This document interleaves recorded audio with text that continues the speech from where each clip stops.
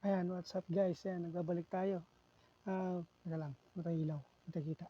Ayan, what's up? Ayan, magbibigay lang ako ng konting komento ron sa no, sa lumalabas ngayon ng mga balita. Kasi parang ang nangyayari kasi ngayon, nag-aagawan, nang, hindi ko lang kung nanggugulo o nang-aagaw.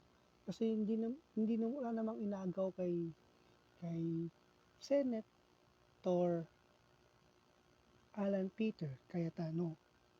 Una sa lahat, wala namang nakaupo ngayon o naupo ngayon bilang Senate President. Wala pong nakaupo. Nakikita na naman dyan.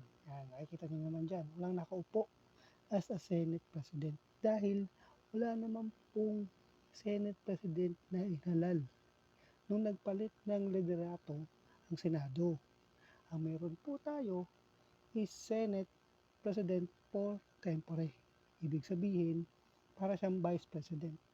Yun kasi ang mandato nung Abilino versus Cuenco na batas sinusunod ngayon ng Senado. Ang problema, hindi nga daw po katanggap-tanggap. Sabi nga ni Senator Alan Peter Cayetano, ang kailangan daw is 13. Tama naman, 13 kung may mauupo ka na Senate President. Kung may mauupo as a Senate President, yun, pwede ka pwede ang 13 votes. Kaso kasi, ang pagkakaintindi ko kasi doon sa Abilino versus Cuenco is, ang kailangan is 12 lang. Kasi nga, hindi naman siya hindi naman siya yung kailangan ng whole body nung Senado. Ang kailangan lang is majority of the members na kayang pumunta doon mismo sa Senate, sa opisina. Asan ba si Bato? Si Bato nga nagtatago. Tapos si Sen Jinggoy naman nakakulong. Paano mapupunta yun? Mapipilit mo ba yun? Tapos ang sinasabi pa ng iba, ito pa nakakatawa, sinasabi pa ng iba, ng mga DDS. Mga DDS natin na supporters, mga DDS na supporters, ang sinasabi, kailangan daw talaga is 13. Kung ikaw po ay marunong umintindi ng batas, at kung ikaw po ay nakapag-aral ng batas, alam niyo po dapat ang tama at kung ano po yung nararapat. Hindi po porque sinabi na na kailangan lang is umiiral lang yung batas pagka nasa Pilipinas lang, hindi po ganun. Ang kailangan po, hindi po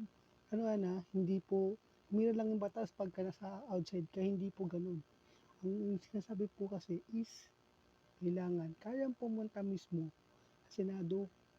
Hindi po kailangan, hindi po porque nasa ibang bansa ka doon nang iiral yung batas ng Abilino Cuenco. Hindi po ganun. Ang sinasabi po sa Abilino ang Cuenco ay kailangan kaya mong pumunta mismo doon sa Senado. Yun po yun. Tapos kanina, may hearing. Ayan, may hearing. Ngayon, hindi na nga naging hearing kasi naging meeting na nga eh. Ngayon, naka-invite o in-invite ang 18 garkador or ang 18 na tigabuhat. Yan, yung mga tawag dito, bodyguard daw ni Kong Saldi. In-invite. Ngayon, hindi pumunta. Ang sabi, pupunta mo na raw kay Alan Peter Cayetano. Bakit ganun? Bakit po kay Sen Alan po kayo pumunta? Hindi po mismo doon sa Senado, doon sa mismong sa meeting.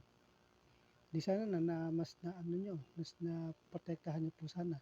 Tapos ito pa, sabi po ni Sen Robin, wala daw po sa opisina niya ang itim rin.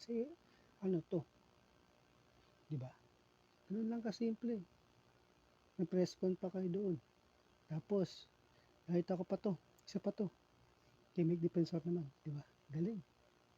Kaya sinasabi ko sa inyo, huwag kayo na naniniwala mga DDS eh. Binubulan na lang kayo, pinapaikot na lang kayo, pero tuwang-tuwa pa kayo dahil nagbumukha na kayo tanga. Wala nga sa buhay niyo. Okay.